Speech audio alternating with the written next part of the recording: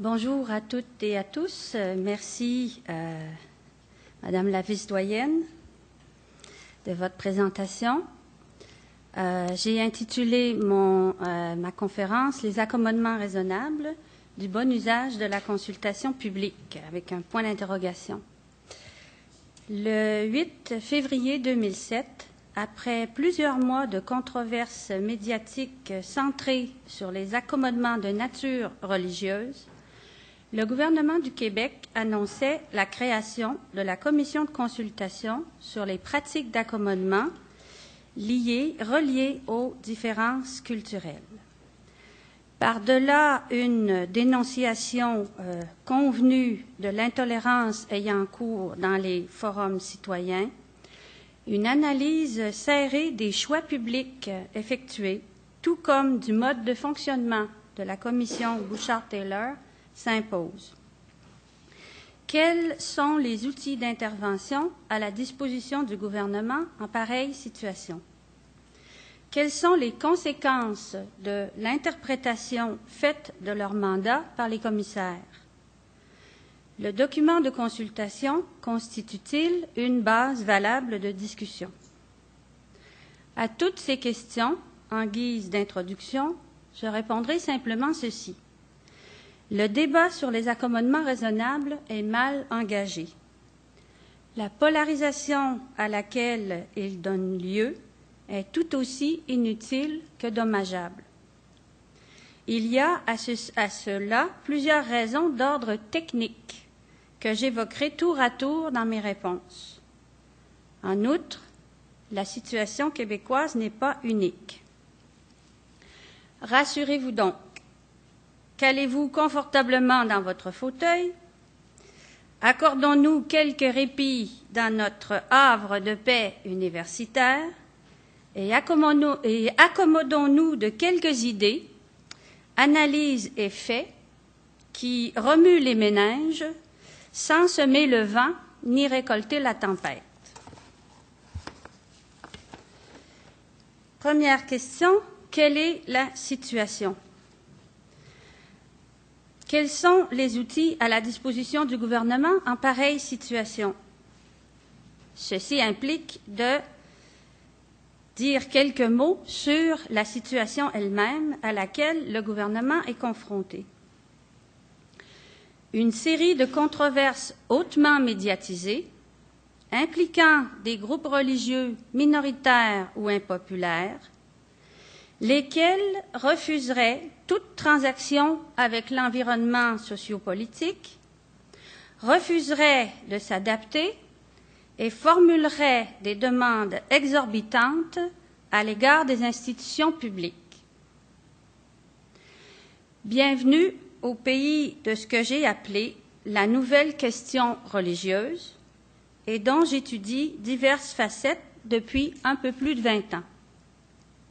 Cette question, c'est celle qui ressurgit du fait d'une diversification religieuse, souvent perçue comme menaçante, y inclus pour les régimes politiques, et liée à la globalisation. Cette menace, croit-on, déborde les cadres constitutionnels fixés et les secteurs d'activité aménagés aux confessions religieuses dans la dispensation des missions publiques. Abstraction faite pour le moment du séisme de la révolution iranienne et de l'idéologie politique intégriste, la nouvelle question religieuse s'est posée pour plusieurs pays occidentaux en 2 vagues successives. Depuis la fin des années 70 avec la question des sectes et depuis le milieu des années 90 en lien avec l'immigration. Une menace donc d'abord perçue de l'intérieur, puis appréhendée en provenance de l'étranger et portée apparemment par l'immigration. Développement impensable il y a quelques années, je me souviens encore des premiers cours où je présentais aux étudiants les politiques publiques en matière religieuse, il y avait en face de moi des regards très étonnés. Cette question religieuse est portée à l'agenda public aux États-Unis, en Grande-Bretagne, au Canada, dans les pays nordiques, en France, en Belgique, en Allemagne. Commission parlementaire, groupe de réflexion publique, cellules d'intervention administrative, centres d'information et observatoires publics et privés s'activent. Des lois sont adoptées en vue de réguler les sectes et le port des signes religieux, sans parler, depuis le 11 septembre, du terrorisme et de la sécurité. La diversification religieuse poserait, dit-on, des problèmes inédits de coexistence pacifique. Afin de décrire brièvement le traitement de cette question par les autorités publiques, j'emprunterai d'abord le cadre analytique des politiques publiques, un cadre tout simple où on découpe la question en termes de débat, mise à l'agenda, enjeux, orientation et recommandations. Même si les termes du débat sont différents étant donné les cultures politiques et juridiques des divers pays occidentaux, quelques constantes, similarités et différences se dégagent en termes de politique publique. En ce qui a trait d'abord au débat public, deux traits sont à souligner. La polarisation des opinions publiques est une constante. Et ici, je rappellerai le paradoxe évoqué par James Beckford en 1985 dans son analyse des sources de la controverse religieuse. L'expression religieuse, disait-il, est d'autant plus controversée que la société est sécularisée. Ce qu'on présente comme une menace, comme une résurgence religieuse, comme une menace de renversement religieux, ne serait en fait qu'une réaction, et souvent assez marginale, au succès de la sécularisation. Deuxième trait du débat public, l'absence de réflexion ou de préparation préalable de la classe politique. C'est une deuxième constante. À l'exception des États-Unis et dans une moindre mesure de la France, la religion est le point aveugle ou l'angle mort du discours public dominant. Ce sont des questions qu'on préfère ne pas se poser, parfois avec raison, mais qu'on écarte vite ou qu'on met sous le boisseau alors qu'il faudrait les traiter. Les raisons en sont assez simples. Ce sont des questions qui souvent impliquent les libertés publiques. Les libertés publiques, la défense des libertés publiques, vous font rarement gagner beaucoup de points dans les sondages. Troisième trait caractéristique du débat public, un manque d'informations factuelles de base, par exemple sur la diversification religieuse, comme sur les questions d'immigration. Passons maintenant à la mise à l'agenda. La mise à l'agenda d'un problème relève de l'initiative gouvernementale. Comment un problème devenu par le public s'est frayé un chemin à l'agenda formel est une question intéressante en soi. On distingue généralement entre l'agenda institutionnel, parmi lesquels on peut compter l'agenda judiciaire, l'agenda bureaucratique et l'agenda gouvernemental, tout ceci formant l'agenda institutionnel, l'agenda partisan et l'agenda des médias, souvent appelé agenda du public.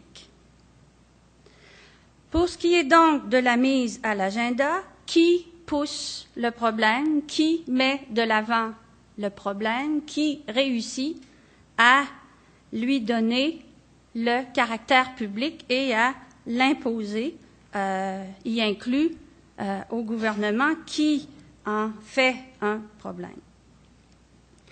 Alors, pour ce qui est de la dynamique de la mise à l'agenda, il faut, semble-t-il, distinguer entre la question des sectes et la question du voile, parce que l'immigration en lien avec la religion, c'est surtout posée autour du port de signes religieux et spécialement du voile. Sur la question des sectes, on constate une prédominance assez prévisible de l'agenda médiatique. Assez prévisible puisque la machine se met en marche à la suite de suicides-homicides, le plus souvent, même très souvent, spectaculaires.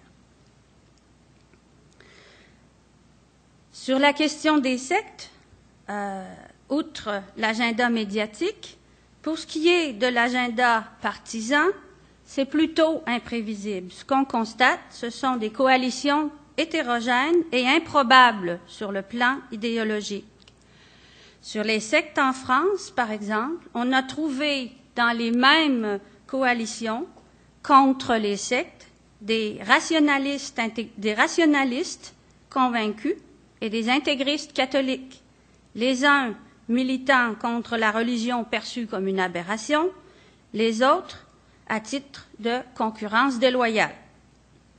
On a aussi trouvé dans les mêmes coalitions des communistes et des intégristes catholiques unis par le rejet du capital, du matérialisme et de l'argent sale. Pour ce qui est encore du soulèvement de la question de la mise à l'agenda public, sur la question du voile, les choses apparaissent différemment. Ce qui semble se dégager, mais il faudra avoir là-dessus des analyses plus poussées, c'est le scénario de politiciens de la droite classique, talonnés à leur droite par des partis nationalistes marginaux, surfant sur la vague d'attention médiatique et réclamant des mesures énergiques de rétablissement des valeurs traditionnelles, de rétablissement de l'identité, de rétablissement de l'ordre social.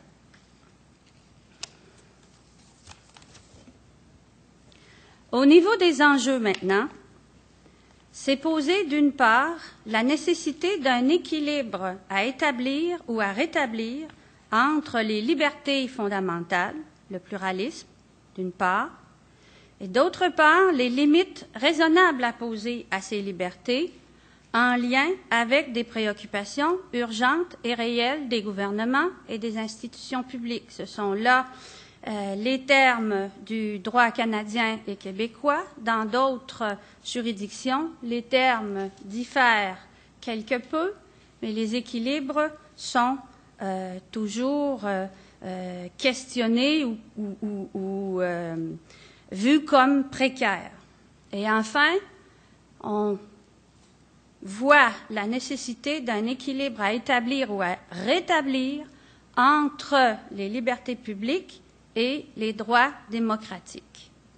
On commence déjà à se rapprocher de la situation québécoise qui nous semble par là plus familière.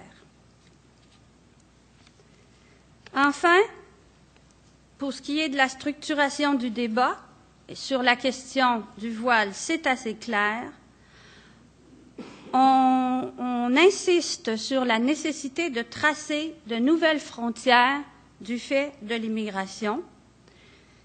Et cette nécessité est posée en lien avec une volonté de recréation de l'unité nationale ou de défense d'un pacte laïque menacé, ce qui était le cas du président Chirac quand il a formé, par exemple, la commission Stasi.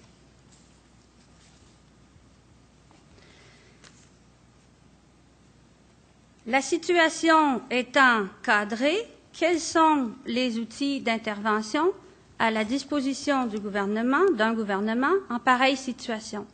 Déjà, le fait d'évoquer d'autres expériences nous ont fait voir qu'ailleurs, on a mis sur pied parfois des cellules administratives, des centres d'information, des observatoires publics et privés.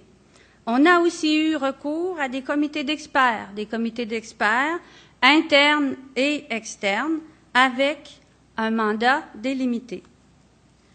Notons aussi, en maintenant se situant dans le cadre québécois, qu'au même moment où il annonçait la mise sur pied de la commission Bouchard-Taylor, le premier ministre signalait que la Commission des droits de la personne et de la jeunesse offrirait, entre-temps, disait-il, un service d'information pour aider les décideurs à traiter des questions d'accommodement. Il reconnaissait par là qu'elle dispose de l'information et de l'expertise nécessaires pour éclairer les décideurs. Peut-être que la Commission des droits de la personne devrait être mise en lien avec les municipalités aussi, plus facilement.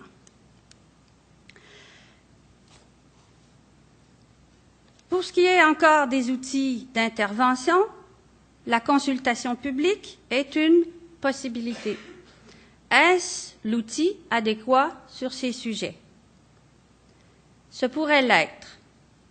Une commission de consultation publique comporte de nombreux avantages, parmi lesquels des échanges directs entre les citoyens, le rapprochement du pouvoir, le rapprochement des citoyens des centres de décision et une meilleure connaissance des mécanismes d'orientation de l'action publique.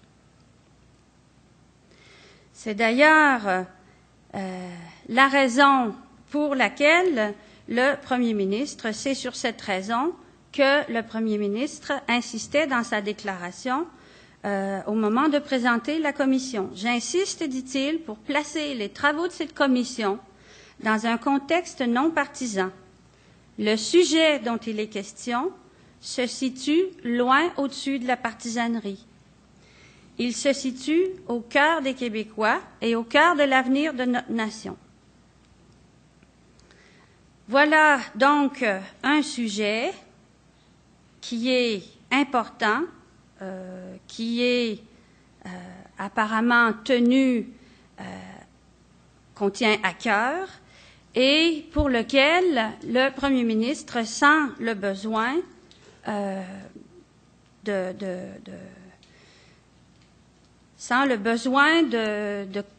de traiter par les biais de l'outil d'une consultation publique. La consultation publique, outre les avantages que j'ai mentionnés, pourrait en avoir d'autres, et c'est ceux finalement sur lesquels insiste la commission Bouchard-Taylor, à savoir de rapprocher les citoyens entre eux. Mais il y a à cela quelques conditions préalables. Le degré de familiarité du public avec le sujet est important. L'attitude du public envers le sujet à traiter est importante pour un sujet à traiter en commission de consultation publique, de même que le niveau de connaissance du public et même des groupements constitués sur les phénomènes en cause. Concernant d'abord la familiarité du public, elle est plus avec le sujet de la religion, puisque c'est par ce biais que j'aborderai le commentaire des travaux de la commission Bouchard-Taylor. La familiarité du public avec la religion est plus souvent postulée que réelle, et avec la religion catholique en particulier. Si 85% des catholiques sont des catholiques culturels, c'est-à-dire qu'ils s'identifient à des traditions ou à des fêtes, à des rites de passage traditionnels, très peu d'entre eux connaissent l'histoire du catholicisme, connaissent la doctrine catholique et connaissent les évolutions du catholicisme contemporain.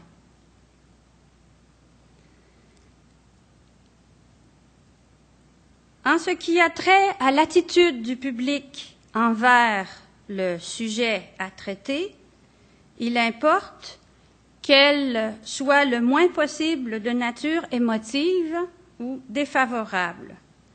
Avec le sujet religieux, c'est toutefois le cas. Les commissaires, dans leurs documents de consultation, évoquent ce trait de l'attitude du public québécois, mais n'élabore pas davantage à ce sujet, alors que peut-être il y aurait lieu de se questionner sur les sources de la sensibilité, voire même de l'hypersensibilité du public québécois à la question religieuse. En ce qui a trait finalement au niveau de connaissance, la présentation des mémoires, nous, dans le cadre de la commission Bouchard-Taylor, nous permet de voir que des groupes constitués et des groupes bien informés des questions réussissent à orienter le débat, réussissent à davantage le cadrer. Cet avantage serait plus prononcé encore si les termes de la délibération étaient mieux ciblés et centrés sur un phénomène plutôt que plusieurs phénomènes mis en relation de manière implicite.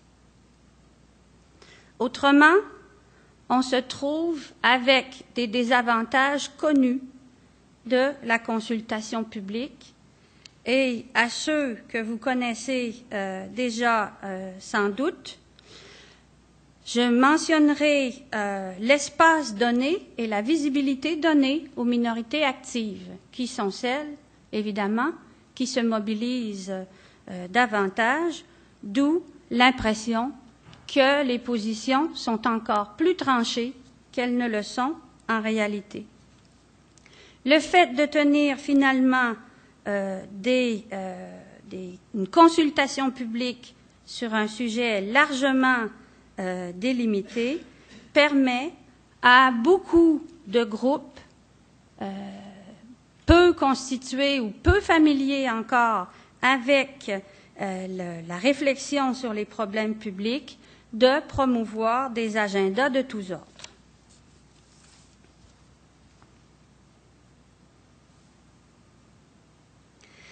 La complexité, donc, de la question, ne serait-ce que de la question religieuse, plaide en soi, c'est l'argument que je fais, soit pour un comité, la solution d'un comité d'experts élargi, soit pour la solution d'une commission parlementaire.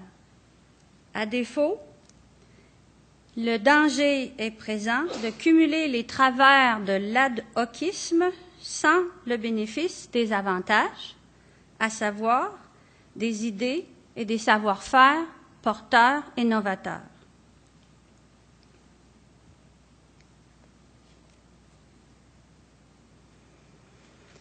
Pour ce qui est finalement du niveau de connaissance des phénomènes en cause, j'ajouterai simplement ceci.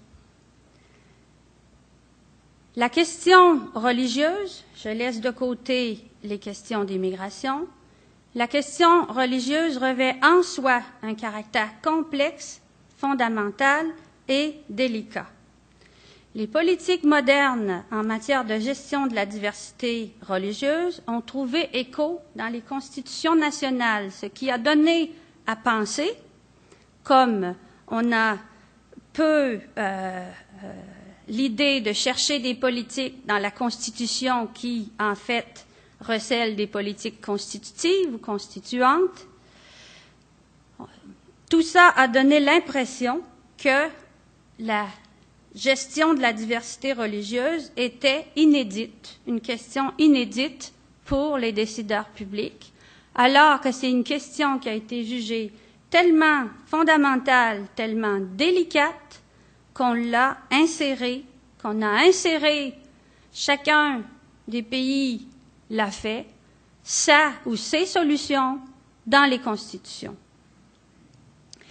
Et parmi ces options de règlement de la question religieuse, à l'aube de la modernité, la laïcité ne représente qu'une des variantes du processus de sécularisation. Et c'est une confusion qui est souvent faite et entretenue, y compris dans le document de consultation. La laïcité ne représente qu'une des variantes du processus de sécularisation laquelle réfère à un mouvement historique et non à une loi de développement de l'histoire, à un mouvement historique et parfois contradictoire de limitation de la contrainte religieuse et de l'autorité religieuse. Ce mouvement a cette dynamique ou ce mouvement a comporté trois dimensions principales, lesquelles ne vont pas dans le même sens ni évoluent au même rythme. Première dimension, la dimension politico-juridique. C'est celle qui a fait en sorte qu'émerge une société politique et un gouvernement civil par opposition, par contraste à l'autorité religieuse. Et ce gouvernement civil procède d'une autorité à la fois publique et commune qui se subordonne l'autorité religieuse. Les divers pays occidentaux ont connu la sécularisation au plan historique et ont opté pour divers modes de règlement de la question religieuse qui relèvent tous de la sécularisation. La subordination de l'autorité religieuse et la limitation de la contrainte religieuse ont été obtenues de diverses manières. J'ai consacré plusieurs articles à ce sujet, que ce soit curieusement par un régime d'établissement, par un régime de reconnaissance, par un régime de séparation ou par un régime d'association qui n'est qu'une variante du régime de reconnaissance. Les autorités publiques, le gouvernement civil assurant son autorité, s'adjoint, dans certains cas, certaines confessions religieuses choisies, ce qui donne, pour ce qui est des pays occidentaux, divers modèles de pluralisme. Un pluralisme libéral à l'américaine, un pluralisme démocratique à la française et un pluralisme que j'ai appelé élitiste dans le cas canadien, c'est-à-dire c'est un pluralisme quand on examine le régime politico-religieux, c'est un pluralisme limité qui ne reconnaît qu'un nombre limité de confessions religieuses. Et c'est le régime avec lequel le Canada et le Québec ont évolué sur le plan de l'éducation publique et de l'État civil notamment. La sécularisation, outre cette dimension politico-juridique, revêt des dimensions socio-culturelles.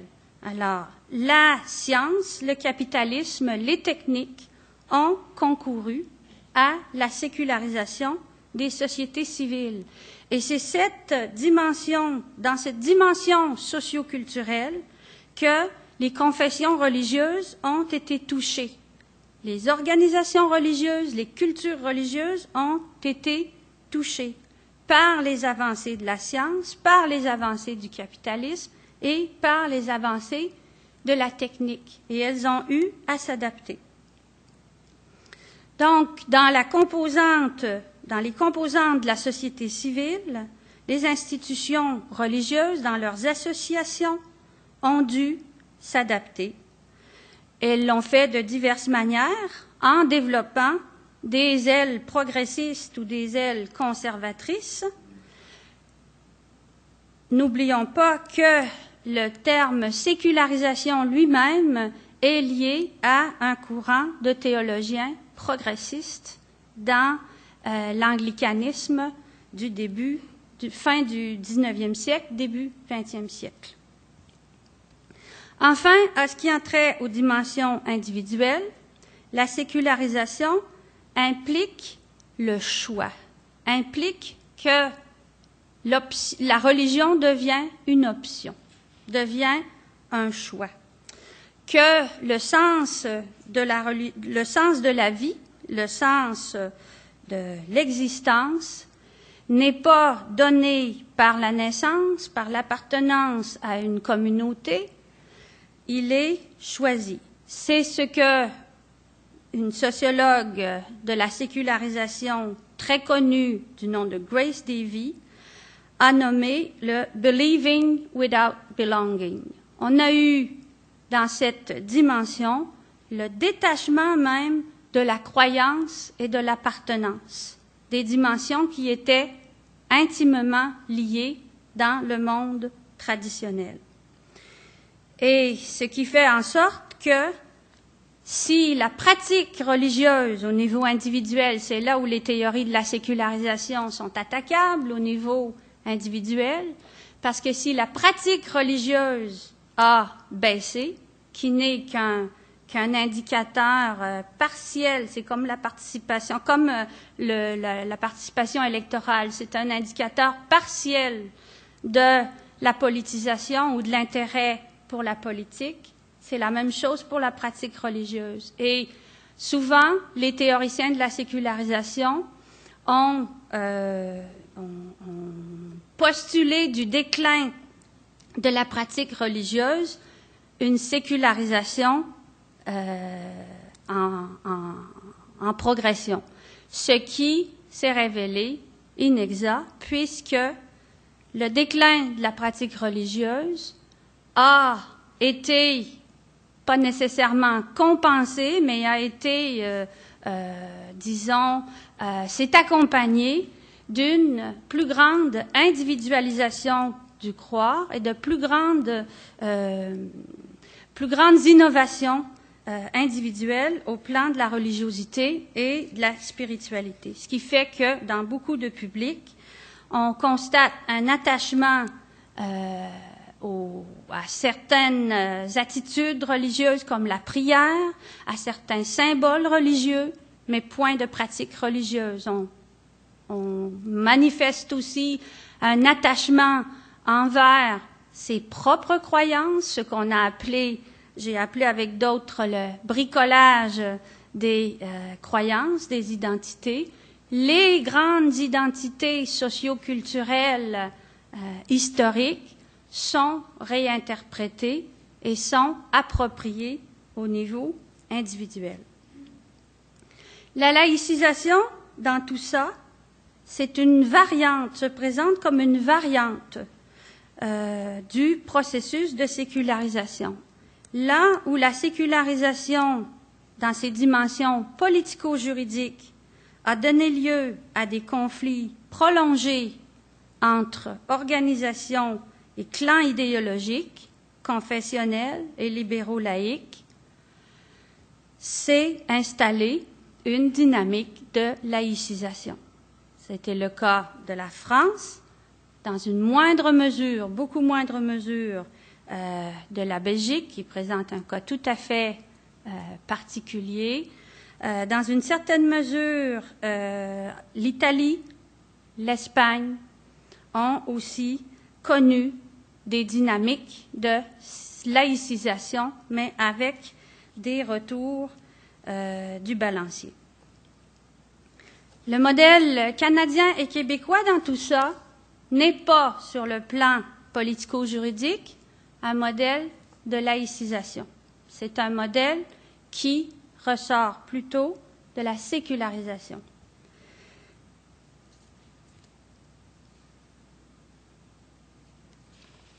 Et même si le terme est rejeté ou dévalorisé par la commission Bouchard-Taylor, qui relève de la tolérance.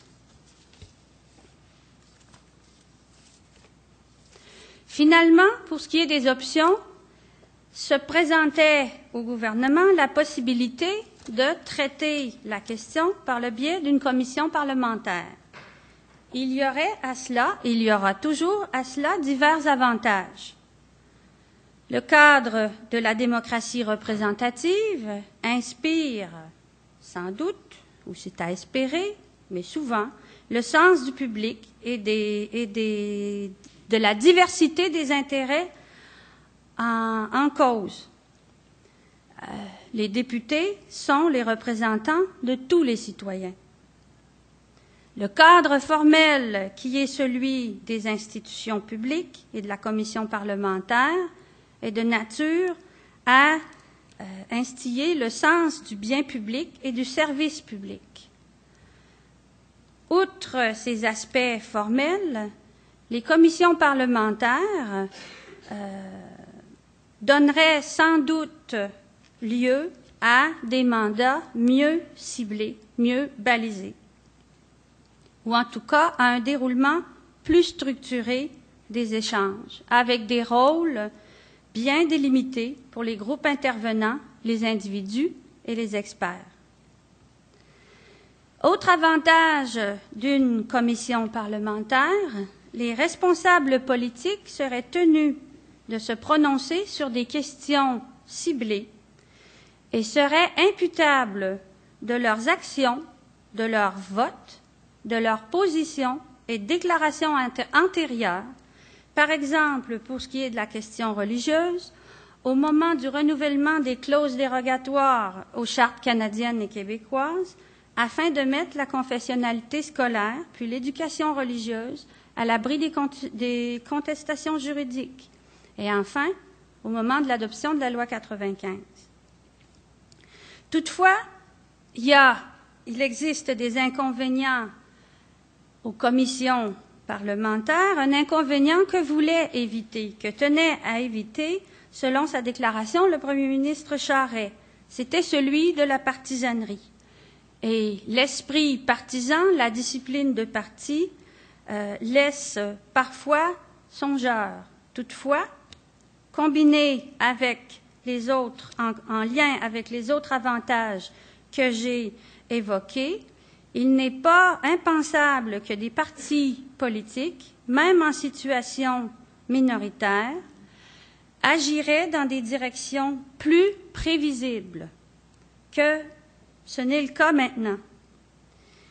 Et est-ce que cette situation, cette partisanerie, est préférable ou non à la politisation des droits de la personne et de l'identité par le biais d'une politique symbolique qui se développe en l'absence du forum de la commission parlementaire? Je passe maintenant aux conséquences de l'interprétation faite de leur mandat par les commissaires. Quel est ce mandat? Le mandat confié à la commission Bouchard-Taylor est triple. Dresser un portrait fidèle des pratiques d'accommodement reliées aux différences culturelles et d'effectuer une analyse des enjeux qui y sont associés, en tenant compte notamment des expériences à l'extérieur du Québec. Deuxième volet, de mener une consultation auprès des personnes et des organismes qui souhaitent intervenir sur la question des pratiques d'accommodement reliées aux différences culturelles. Troisième partie du mandat, formuler des recommandations au gouvernement visant à s'assurer que les pratiques d'accommodement reliées aux différences culturelles sont conformes aux valeurs de la société québécoise en tant que société pluraliste, démocratique et égalitaire. Ce mandat, on peut le constater, est déjà large. Comment est-il interprété dans ces trois composantes? En remarque préliminaire, j'aimerais souligner que la barre doit être haute quand on analyse et qu'on fait la critique d'un document public tel que celui-ci, surtout s'agissant de grands intellectuels. Vous aurez compris que si critique il y a, il s'agit d'une critique ciblée et discutable de l'appropriation que font de leur mandat, qu'ont fait de leur mandat les commissaires, plutôt que du public en général. Ce mandat, celui d'investiguer les pratiques d'accommodement liées aux différences culturelles, a été interprété largement, conçu et interprété largement. Il y a à ça des points positifs. On rappelle dans le document de consultation publique que le Québec se situe dans un cadre de démocratie libérale. On précise dans le document, on établit dans le document des distinctions utiles pour la poursuite du débat. On distingue les accommodements raisonnables sur le plan juridique des ajustements concertés. Il y a là des distinctions donc utiles à un débat de société. Toutefois, certains glissements sont de nature à soulever des questions et à accroître la confusion dans le public, dans l'esprit du public. Au fil des pages du document de consultation, les accommodements liés aux différences culturelles deviennent les accommodements liés aux différences ethno-culturelles. Le domaine des accommodements en vient à recouper celui des arrangements liés aux différences culturelles, alors que les accommodements ne ressortent pas que de traits culturels. Alors, double confusion.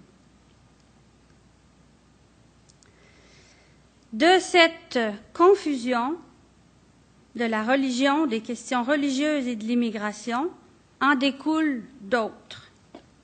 Simplement, de la complexité même de chacune de ces questions. En outre, les commissaires ont insisté sur le fait de traiter de ce qu'ils appellent un débat derrière le débat.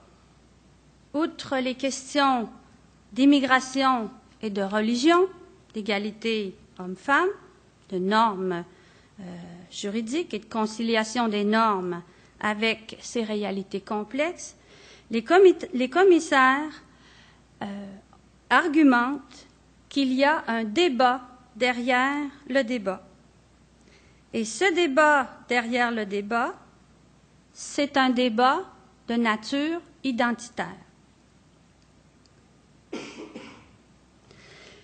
Le choix qui est fait de traiter concurremment de plusieurs questions d'ordre émotif entraîne des associations et des oppositions implicites et explicites qui compliquent davantage encore les choses. On parle beaucoup des valeurs communes et on met sur le même pied les normes juridiques et les valeurs. Ces valeurs sont de plus associées de façon privilégiée à l'histoire québécoise. On a beau beaucoup aimer le Québec, et j'en suis, c'est très difficile de se convaincre, même à examiner le recrutement et le fonctionnement de la commission Bouchard-Taylor, que le Québec a inventé l'égalité homme-femme. Les valeurs, les normes juridiques sont mises sur le même pied, de même que les coutumes et les traditions.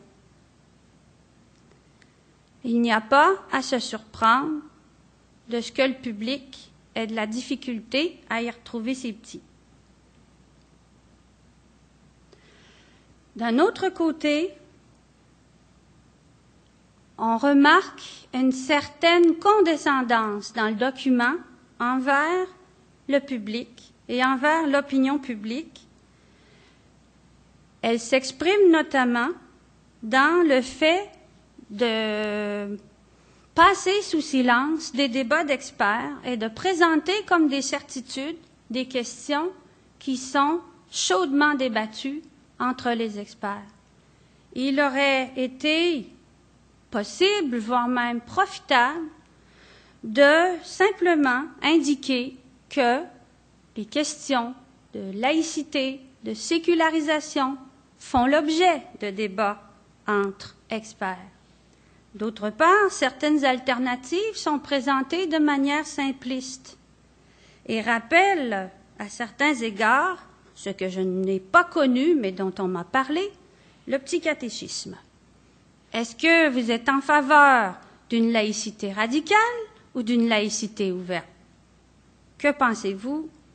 Répondra le public. De ces choix découle une grande incertitude et un malaise qui ne fait que s'accentuer par rapport à la religion. Les commissaires ont voulu saisir le problème à sa source. Au-delà des aspects juridiques, disent-ils, la problématique des accommodements raisonnables nous invite à réexaminer les diverses facettes de notre modèle d'intégration socio-culturelle, l'interculturalisme, l'immigration, la laïcité et l'identité québécoise. Beaucoup de matière.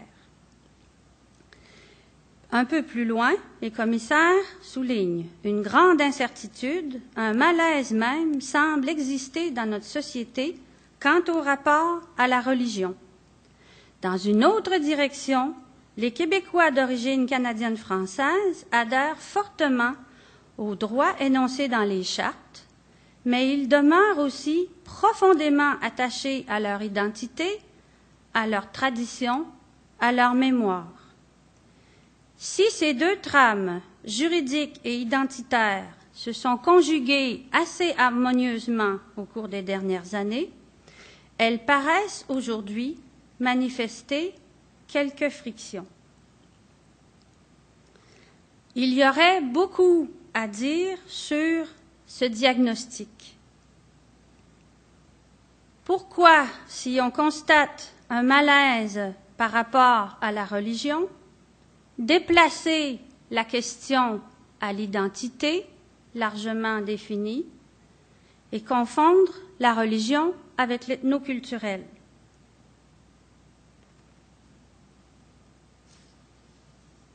Pourquoi opposer, en principe, sinon implicitement, l'égalité homme-femme, l'immigration et la religion?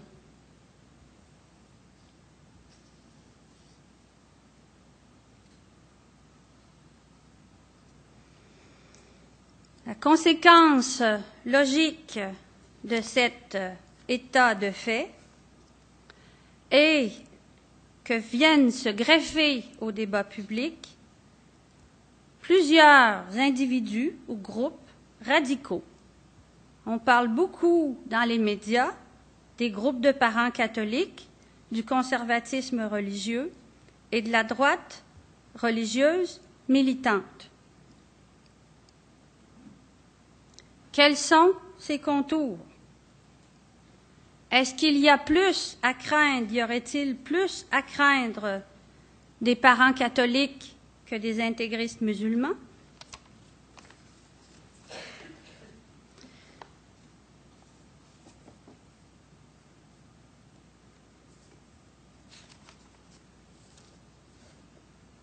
Enfin, au sujet de la validité du document de consultation, j'apporterai une réponse mitigée que vous pouvez déjà deviner. J'estime que le débat public est fort utile sur ces questions, qu'il y aurait même lieu de tenir plusieurs débats publics sur chacune de ces questions. Et qu'il convient, comme auraient dit mes parents, de faire ses devoirs avant de déranger le monde.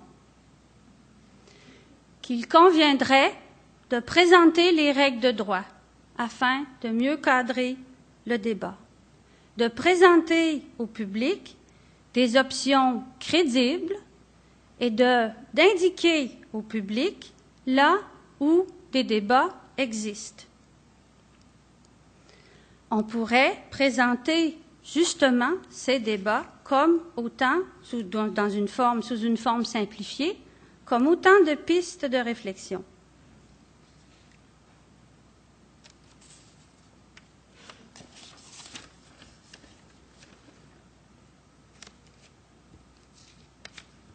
En conclusion, l'objectif est louable, mais les moyens et le forum sont mal choisis. Qui trop embrasse, mal étreint, étouffe et fait craindre.